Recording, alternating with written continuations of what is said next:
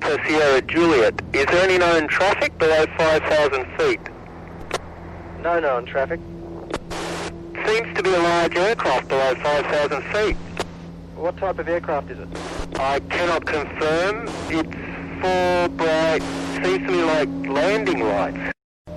The aircraft has just passed over me at least 1,000 feet above. Is there any Air Force aircraft in the vicinity? No known aircraft in the vicinity. Seems to be playing some sort of game. He's flying over me.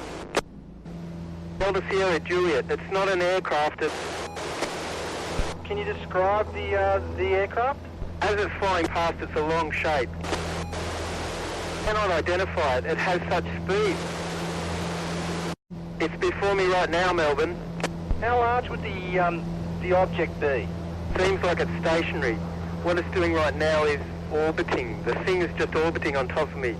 It's also got a green light and a sort of metallic, like, it's shiny on the outside. It's just vanished. That strange aircraft's hovering on top of me again. It's hovering and it's not an aircraft.